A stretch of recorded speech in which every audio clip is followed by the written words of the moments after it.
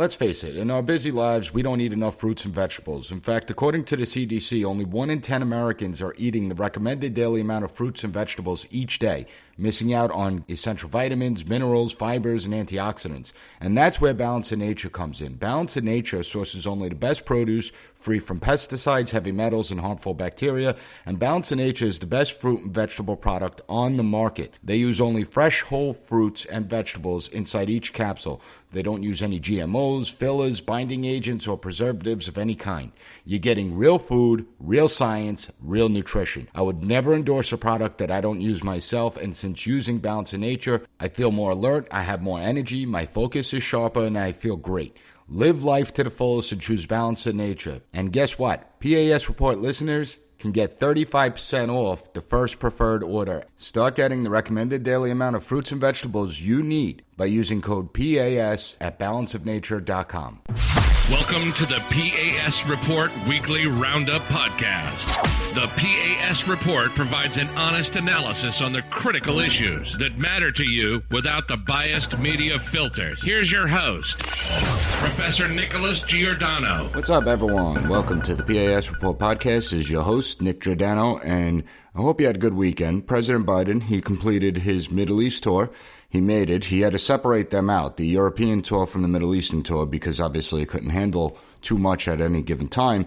And it's clear that the United States has taken a back seat on the world stage. Aside from a few gaffes in Israel, the real problem was Saudi Arabia. And it was a problem on several fronts. This is the same president that slammed the Saudi Crown Prince, MBS, Mohammed bin Salman. He said he wanted to make MBS a pariah on the world stage. Now we are going there, begging MBS to increase oil output. It's embarrassing. An American president shouldn't have to grovel at the feet of the Saudi royal family, especially considering that we could increase our oil productivity here. We don't have to rely on the Saudis for our oil, but this administration has made us hostage to the Middle East once again. And for what? For what? All because he wants to placate the environmental extremists here at home? It's ridiculous. Nothing but smoke and mirrors. Can someone please explain? How is it any different for the environment if we produce our own oil or if the Saudis increase their capacity? That's how you know all these people are frauds, and they don't care about the environment. They care more about optics than substance. Sorry, but I'd rather increase our productivity here at home and not be reliant on nefarious international actors and be beholden to them. Then you have this whole Jamal Khashoggi thing. And what happened to Khashoggi was torture and murder. It was a clear human rights abuse. And this reflects the brutality of the Saudi regime. You have the press hounding President Biden about Khashoggi and whether or not he's going to confront MBS on human rights. Not for nothing. If we're going to confront the Saudis over anything, how's about we confront them about 9/11 to find out exactly what the Saudi government did in the lead up to it and following the attacks of 9/11. The phony virtue signaling has got to stop. They keep pushing this Khashoggi thing. The same frauds who say nothing about the communist regime of China, which is one of the most brutal regimes on the planet and has thousands of Khashoggis every single year. But that's because they don't want to upset their communist masters. That's what it comes down to. In any event, I'm not going to harp on this. I want to talk economics today. I have a great guest coming on. I have Jeff Webb, an entrepreneur. Jeff founded Varsity Sprint and Varsity Brands. He's the founder and president of the International Cheer Union. He's the publisher of Human Events, humanevents.com, which you probably know from Jack Posobiec. And he is the author of American Restoration, How to Unshackle the Great Middle Class. It's a book that everyone should read. Before I bring on Jeff, make sure you hit the follow button so you never miss an episode of this podcast. Also, go to the PAS Report website, pasreport.com. Sign up for the newsletter. You could share the episode. You could look at the show notes. I have all the links up. With that plug out of the way, I want to bring in Jeff Webb to the PAS Report. Jeff, welcome to the PAS Report podcast. How are you today? I'm fine. Great to be with you. I'm glad you're here because I want to talk to you about the economy. We just got the most recent inflation numbers. And I remember not so long ago that this inflation was supposed to be transitory. Obviously, that hasn't panned out. Remember that word, that phrase? Exactly. And then it was supposed to go down. They're like, all right, we hit the peak. Now it's supposed to go down, only it increased. So what's going on out there? A lot of the audience, they don't understand the economy. They don't know about inflation, the causes of inflation. What they do know is that it's affecting them. They know that it's affecting their bottom line. They're struggling. They're trying to put food on the table, balance on what bills they could afford to pay, which ones they can't. So what's the story with the inflation out there? I think in a sentence, just to oversimplify it, and we can talk about some of the details, but I think you've got too much liquidity, too much money out there, and then you've got too many people not working. And those people not working have really gummed up our supply chain. And so people are having difficulty. All types of products and services, we're having difficulty actually delivering those to the public, to the consumer. So you've got more demand than you've got supply, and economics 101. The price goes up. It's costing more for labor to kind of address the supply chain. People are paying more for component parts. Do they have any choice? Not really, if you want to get the product out. So, and all those things are being passed along in kind of our economic chain. So, and until some things change, I don't know. I don't see an end in sight. I don't see this as being transitory. I think this could be fairly well entrenched. So there are going to have to be some changes made. And there's a big question in my mind about even if we do have this red wave in November, which we can talk more about that. I'm a little skeptical. I don't know that having one House of Congress can really make a lot of difference. I don't know what can be done to really throttle in kind of this mismanagement of our entire economy. Yeah, one of my biggest concerns is that we're going to see a repeat of Japan's economy, throughout the 1990s, the lost generation with the high inflation. And a lot of people out there, what nobody's really talking about is people living on debt. Okay, so we see people use their credit cards. And what the media is not telling and speaking about is that credit card debt is at an all-time high. But Yes. More importantly, in the last 4 months, we've seen credit card debt go from 0.6 defaults on credit card debt go from 0.6% to well over 5%. And I suspect the number is going to go even higher within the next couple of months, meaning that basically people have hit a wall. They're out of money, they're out of credit. And that's where you start to really see the economic impact, the devastation that's coming. Well, you're right. Pre-pandemic, I covered this in my book, but pre-pandemic, the average worker in this country was living paycheck to paycheck, first of all. But secondly, had an average unpaid credit card debt of $7,000. Now, it doesn't sound like a huge amount of money, but if you're living paycheck to paycheck, it's untenable. And now what's happened, they've had to even increase that. So yeah, I'm not surprised at the default. I haven't seen the figure, but I'm not surprised. And you're right. What happens now? What happens when everybody has used all their extra cash, used all their credit, and their expenses have gone through the roof? You've got energy. The cost of energy combined is up nearly 40% from a year ago. Food is up 10%. These are things that affect people every single day, and especially those, that are in the middle class and lower. And let's face it, this coming fall and winter, the home heating oil prices, it's going to be devastating to people out there. And usually people get their first fill up in October for the home heating oil. That's right before the election. So what do you anticipate? So you said you don't think the red wave is going to be as big as people say. I tend to actually agree with that. I think it will be a red wave. I just don't think people believe that Republicans are going to dominate. They don't realize that gerrymandering played a major role, and a lot of these districts are no contest. We already know how they're going to go. But what do you see happening in November? Look, do I think the Republicans will capture the House? Yes. I've seen numbers all over the place. Do I think they'll capture the Senate, which is absolutely critical that they have both houses if they're going to do anything to kind of stop this runaway power grab and spending and all of the negative effects we see from the executive branch. I think it's really going to be tough. And one of the reasons is, it's not just the math and the districts. You make a very good point there.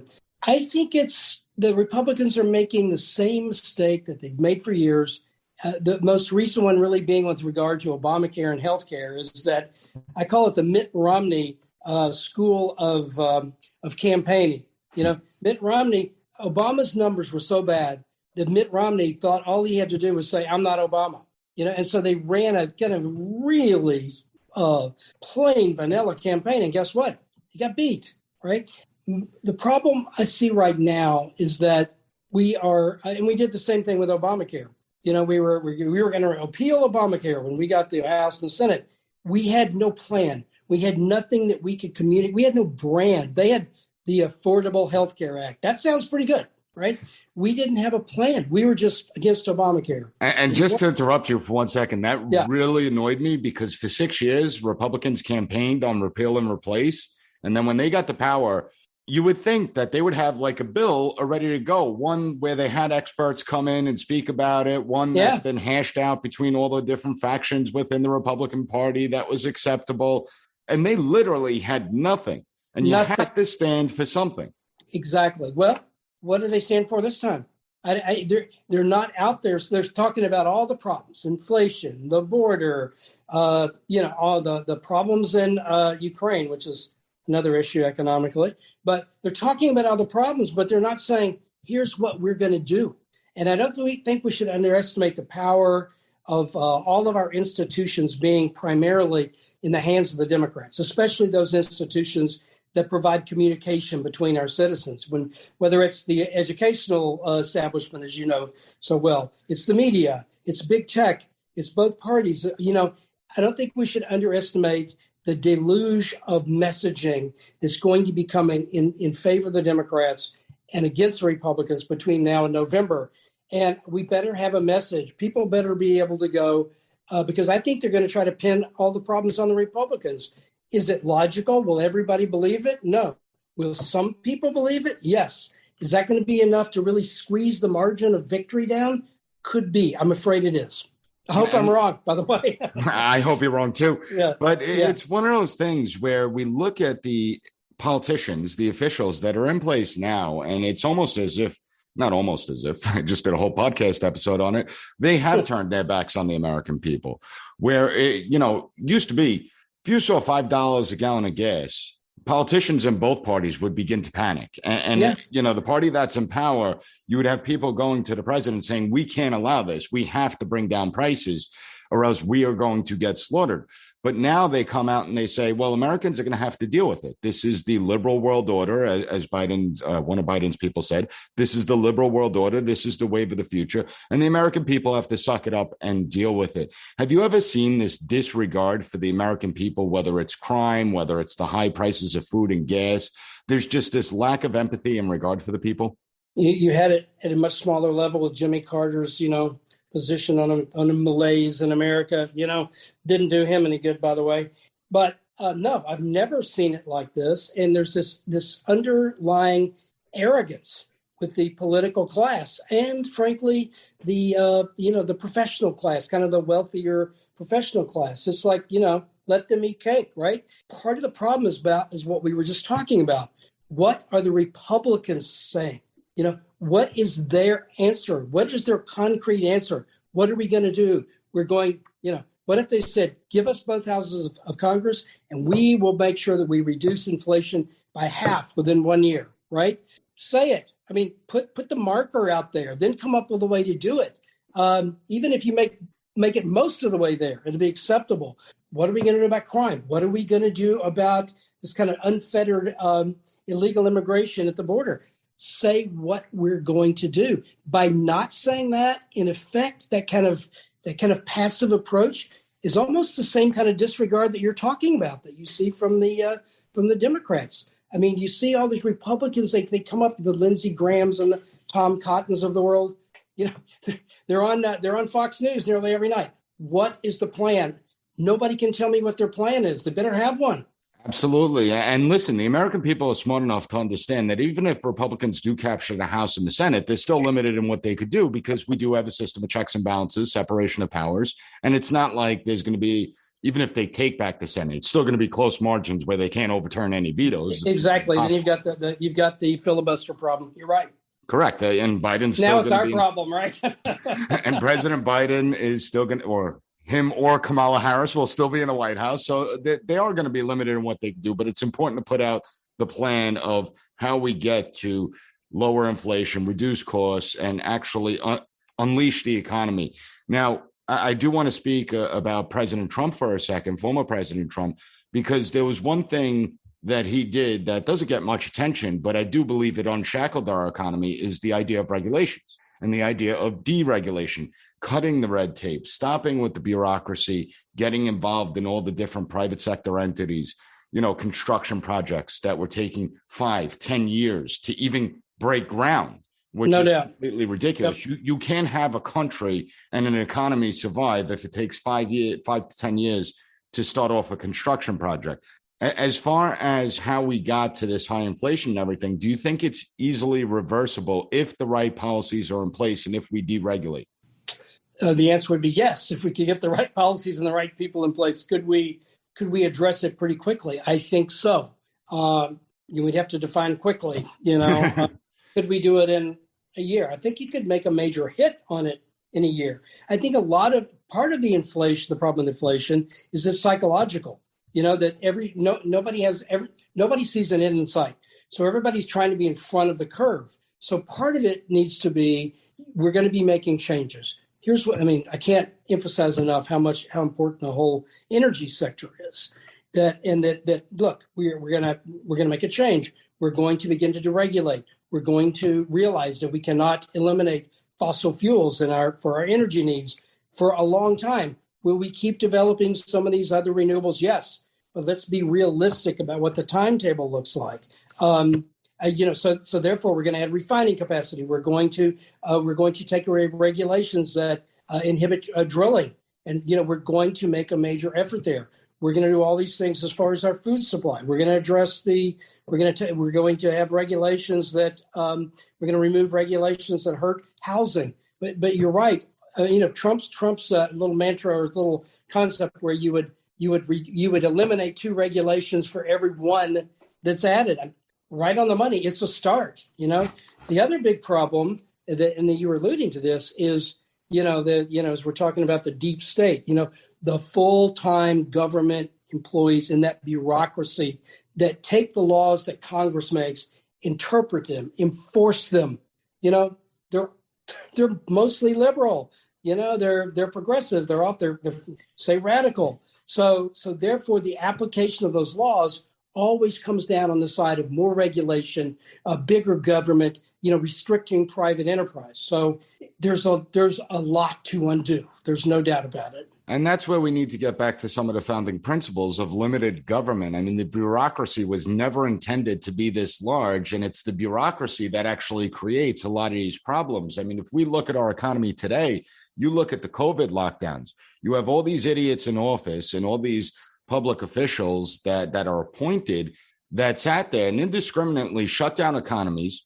They're the ones that determined what's essential and what's not. They have no idea that companies produce goods 2 years before they actually hit the shelves. And while auto parts may not seem essential during a lockdown, well, no, they prove very essential because the supplies run out. And they actually created the supply chain crisis. I know they like to blame it on the coronavirus itself, and they like to blame it on a degrading infrastructure. But the reality is our infrastructure may be degraded. It may be old and outdated. However, when it came to the supply chain, I never had to worry about empty store shelves. Never.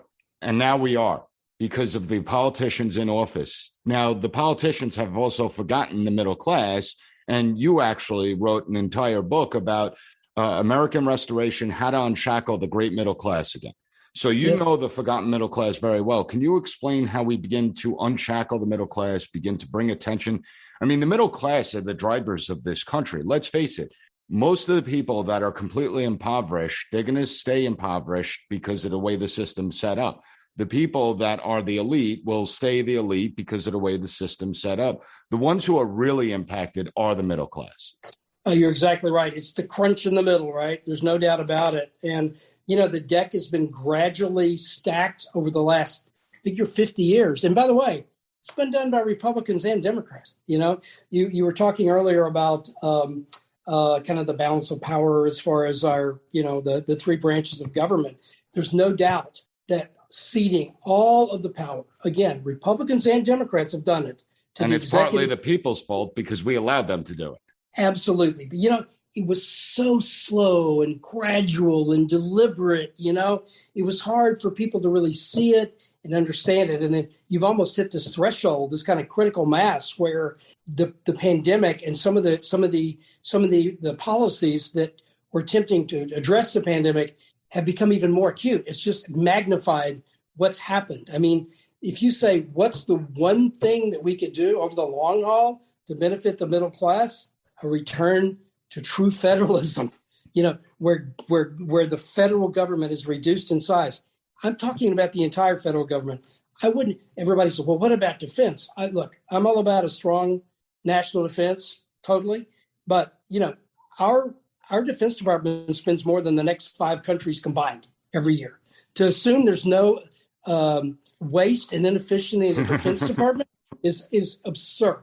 And Absolutely. We look at, well, if you are a proponent of a strong national defense and military, we've got to have a bigger budget. That's a bunch of bull.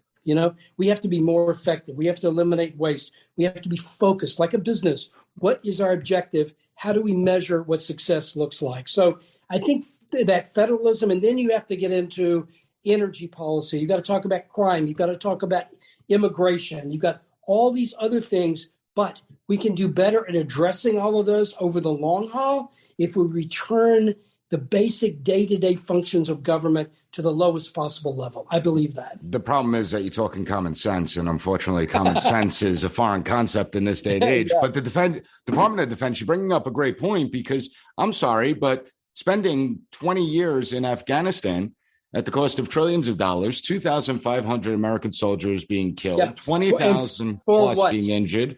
And the Taliban is better armed and equipped today than they were in 2001, tells me that, hey, maybe we waste a lot of money and maybe we're not as effective because we don't win wars anymore. I mean, if you look at the last 70 years, the last war where we had a clearly defined victory was Desert Storm. That was the last war, 1991. But as far as the energy policies, what concerns me is that there's this illogical push for this green energy that's not ready for prime time. It is completely illogical. So they're saying that the AOCs of the world believe it's 12 years, which we're already 5 years into when she said that. So we should be doomed pretty soon. Other people say it's, 100, 150 years. So they're doing this radical push towards green energy, but at the same time, they're destroying civilization with their pushes. And we're seeing the evidence around the world. We're seeing the evidence in this country as well. How do we stop that agenda from moving forward? And it's not to say that we can't adopt green energy or move towards green energy. It's taking realistic, logical solutions and implementing them that help the people and not destroy civilization. Because guess what? You could say that you're saving the planet. If you destroy civilization, what good is saving the planet going to be? Yeah. What is it? The old saying to the doctor in the hospital: "Hey, you're prescribing the right medicine, but you're killing the patient in the meantime." Yeah. Right? And that's kind of where we are. The problem with this whole Green New Deal and all these renewable energy sources. There's only one problem. You know what it is? It doesn't freaking work. Yep. Right? It just doesn't. Look at what's happening in Texas, of all states. They're bracing for the electrical grid to go out again. Of all states, we're talking about rolling blackouts in the United States. Like, all right, California may have been used to it because of their communist policies, but I mean, again, it's something that I take advantage of it. We never had rolling blackouts. You're exactly right. It's like I've been speaking to several student groups. I'm speaking next week to one, and we're going to talk about this. And we're kind of gradually accepting this kind of degradation in our quality of life, whether it's infrastructure like you're talking about. Our airports, it's like third world country, right? People are sleeping in the halls, and every airplane is packed, and we're having fights, and it's like crazy. So. But then also when it comes to like your example, rolling blackouts, I grew up in this country. I never experienced a blackout that I can remember ever, but we just almost accept I don't know. It's almost sheepish that we're accepting these lockdowns. We're accepting these blackouts. We're accepting, the poor service at our airlines and bad facilities at our airport and bad roads. We're accepting this, and it's horrible. We shouldn't have to do that. We have the resources to continue to have the greatest economy on the earth. And you're right about what you said earlier. What built that economic engine is the middle class. And as long as we have policies in effect that continue to squeeze the middle class, we are not going to dig our way out of this. No, we're not. And it's coming at a frightening time where you do see the growing power of a country like China, this communist country that's a juggernaut in how quickly it was able to develop and advance. And we allowed it to happen. I mean, we almost encouraged it. And so now we're implementing policies that actually hurt us and benefit our enemies. Yes. No Democrat or Republican ever would have done that 30, 40, 50, 60, 70 years ago. No, never. I have a whole chapter in my book on political corruption. It sounds kind of trite. Okay, yeah, there's government waste and whatever. But, the fact of the matter is our system is set up so that, politicians they're people, right? They're in a position where they have certain benefits economically that we don't have. And they're written into the laws, right? And so, they find a way to rationalize why they're spending money on something or why a particular contract is given to a certain group and why certain tariffs and so on should be eliminated or anyway. So that it's just the amount of kind of crony capitalism, and I call it like legal and illegal corruption. It may be legal, but it is corrupt, and it's killing us. It's again something that has to change, and there has to almost be a different approach. Our approach, especially to the executive branch, the legislative branch as well, but the executive branch, it's become so bloated. It's gotten so much power that the way it's administered doesn't work. There has to be a business approach. There has to be, all these programs that are funded, whether they're domestic or foreign policy or defense. There's no metric. There's no review every year about we're spending billions of dollars on this program. Is it working? God forbid. You're talking common sense again. Right? God forbid. It's not working. So we have to somehow build in the kind of internal auditing sort of systems that you see in private companies, where each department is audited on kind of a rolling basis about how much money you're spending, how are you doing it, how efficient are you, what are we achieving? Guess what? A lot of them would go away. If we went in tomorrow and said, we're cutting the entire federal budget by 10%, not cutting it the way they figure it, like less than it would have grown, but cutting it. Like if you walked in as a turnaround or executive in a business, you're hired to do a turnaround, you're going to come in and say, for something that's been running for years and years and years, there is innate waste in there. It is there. Start with reducing it. Squeeze, make everybody squeal, right? You could cut the government 20%. Nobody would feel a damn thing. And to give an example. Maybe the counties around Washington might, right? Absolutely. But, just to illustrate your point, we have, I think it's something like 76 drug and rehabilitation treatment and prevention programs just at the federal level. And addiction rates are rising. So obviously something's not working there. We have 3 different agencies that do catfish inspections, 3 different agencies that have to inspect the same damn catfish, paying 3 different salaries to look at that same catfish to say it's safe for consumption. It's insanity. If it wasn't so perverse, it would be funny, right? Absolutely. But what concerns me more is the blurring of lines between the government and corporate America. That's what's really starting to frighten me, because we're seeing that corporate America and the government are merging into one almost. That's what it appears to be. And we look at these corporations, they become weaponized politically. There's no doubt about it. What happened to corporate America that it changed so much? I mean, obviously it used to be about the bottom line, profits, shareholders. If we're going to get involved in a community, it's about rebuilding a community center. And instead of getting into all the social issues, the political issues.